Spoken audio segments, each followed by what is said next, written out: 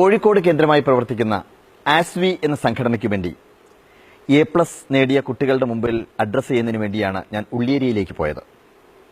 അവിടെ ചെന്ന കുട്ടികളോട് സംസാരിച്ചു കഴിഞ്ഞതിന് ശേഷം ഒരു വ്യക്തിയെ ഞാൻ പരിചയപ്പെട്ടു. ഷിഹാബ്, CP ഷിഹാബ്. അദ്ദേഹം വേദിയിലേക്ക് വന്ന് കുട്ടികളോട് സംസാരിച്ചു തുടങ്ങുമ്പോൾ ഞാൻ വേദിക്ക് മുമ്പിലുണ്ടായിരുന്നു. അദ്ദേഹം സംസാരിച്ച് തീരുന്നതിന് മുമ്പ് എത്രയോ തവണ എൻ്റെ കണ്ണിൽ നിന്നും കണ്ണുനീർ ഇറ്റിറ്റ് വീണു.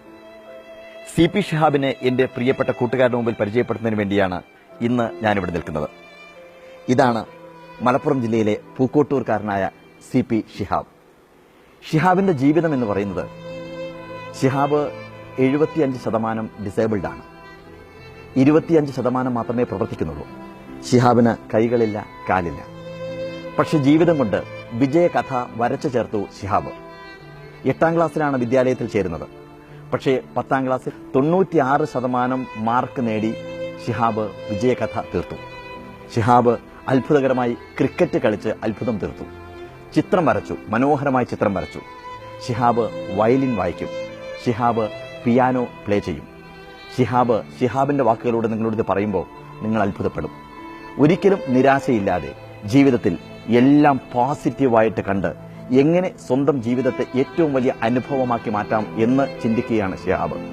ഞാൻ ആലോചിക്കുകയായിരുന്നു, നമ്മുടെ പൂക്കോട്ടൂരിലല്ല, അല്ലെങ്കിൽ നമ്മുടെ മലപ്പുറം ജില്ലയിലല്ല, അല്ലെങ്കിൽ നമ്മുടെ കേരളത്തിലല്ല, ഇന്ത്യയിലല്ല ഷിഹാബ് ജനിച്ചതെങ്കിൽ ഇതിനേക്കാൾ എത്രയോ പ്രഗത്ഭനായി, എത്രയോ പ്രശസ്തനായി ഷിഹാബ് മാറുമായിരുന്നു. പക്ഷേ നമ്മൾ പലപ്പോഴും ഇതൊന്നും കാണുന്നില്ല. പക്ഷേ ഷിഹാബിന്റെ വാക്കുകൾ കേട്ട സമയത്ത് എനിക്ക് ഈ ഷിഹാബിനെ നിങ്ങളുടെ മുമ്പിൽ അവതരിപ്പിക്കണം എന്ന് തോന്നി. ഷിഹാബ് തന്നെ തന്റെ ജീവിതത്തെക്കുറിച്ച്, തന്റെ ജനനത്തെക്കുറിച്ച് നിങ്ങളോട് സംസാരിക്കുമല്ലോ ഷിഹാബ്? ഓക്കെ.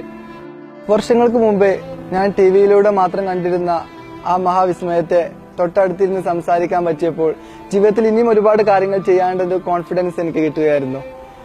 ഞാൻ ജനിക്കുന്ന സമയത്ത് എന്റെ ജീവിതത്തിൽ ഏറ്റവും എന്നെ സങ്കടപ്പെടുത്തിയ ഒരു കാര്യം, ഒരിക്കൽ ഡോക്ടർ APJ അബ്ദുൽ കലാം പറഞ്ഞു, നിങ്ങളുടെ ജീവിതത്തിൽ നിങ്ങളുടെ കരച്ചിൽ കേട്ടുപോലും അച്ഛനും അമ്മയും സന്തോഷിക്കുന്ന ദിവസമുണ്ടെങ്കിൽ അത് നിങ്ങളുടെ ജനിക്കുന്ന ദിവസമായിരിക്കുമെന്ന്.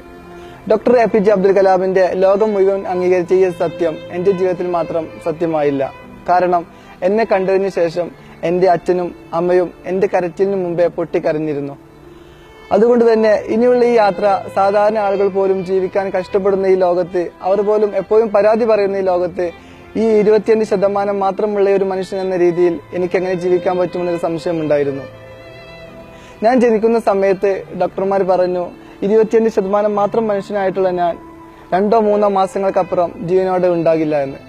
അങ്ങനെ ഒരു പക്ഷേ ലോകത്തിൽ ആദ്യമായിട്ട് ജനന സർട്ടിഫിക്കറ്റിന്റെ കൂടെ മരണ സർട്ടിഫിക്കറ്റ് കൂടി കിട്ടിയ ലോകത്തെ ആദ്യത്തെ വ്യക്തി ഞാനായിരിക്കും.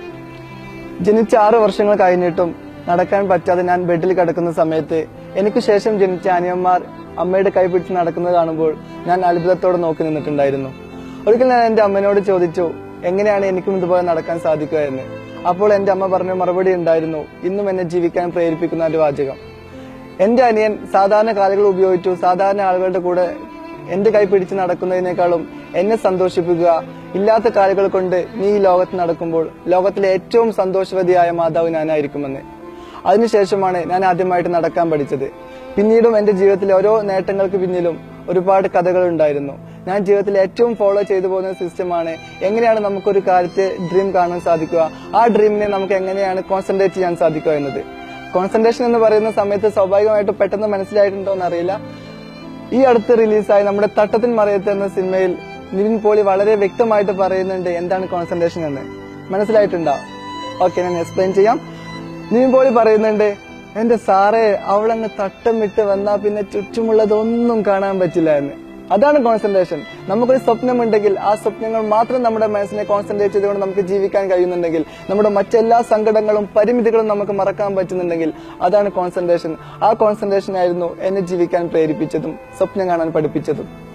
മുതുകാട് സാറിന്റെ ഒരുപാട് മേജിക്കുകൾ അത്ഭുതത്തോടു കൂടി കണ്ടുകൊണ്ടിരുന്ന ഞാൻ അവസാനം അദ്ദേഹത്തിന്റെ അടുത്ത് നിന്ന് പഠിച്ചൊരു പാഠമുണ്ടായിരുന്നു, സ്നേഹമാണ് ലോകത്തിലെ ഏറ്റവും വലിയ മേജിക് എന്ന്. അപ്പോൾ ഇനി മുതൽ മുതുകാട് സാറെ സ്നേഹിക്കുന്ന നിങ്ങൾ ഓരോരുത്തരും എന്നെയും സ്നേഹിക്കണം. നിങ്ങളുടെ പ്രാർത്ഥനയിലും ഞാനും ഉണ്ടാവുമെന്ന് വിശ്വസിക്കുന്നു. എല്ലാവർക്കും നന്ദി.